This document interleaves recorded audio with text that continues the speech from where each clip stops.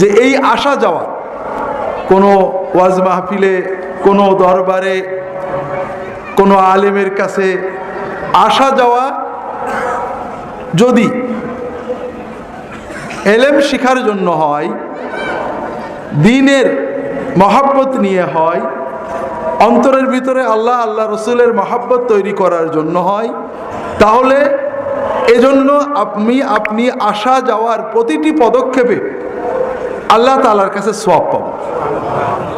আমাদের আসা যাওয়া যতক্ষণ আমরা এই পথে থাকবো, আল্লাহর রাস্তায় জিহাদের মতো সওয়াব পাওনা হবে।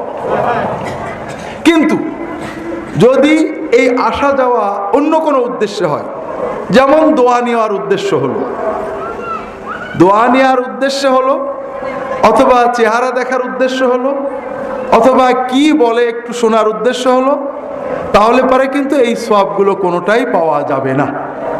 কথাটা কি বুঝতে পারছেন?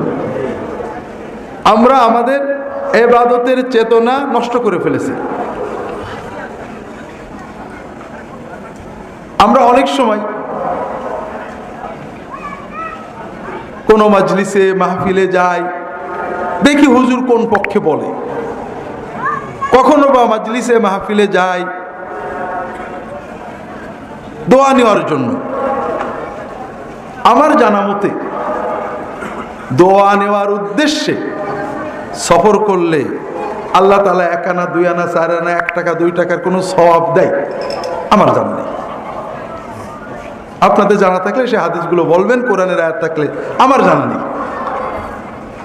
কিন্তু এলেম তলবের জন্য অথবা আল্লাহর মহব্বতে, আল্লাহর ওয়াস্তে মহব্বতে যদি কেউ কারোর কাছে যায়, তাহলে তার আসা যাওয়া পুরোটাই আল্লাহর একটা প্রিয় ইবাদতে পরিণত হয়।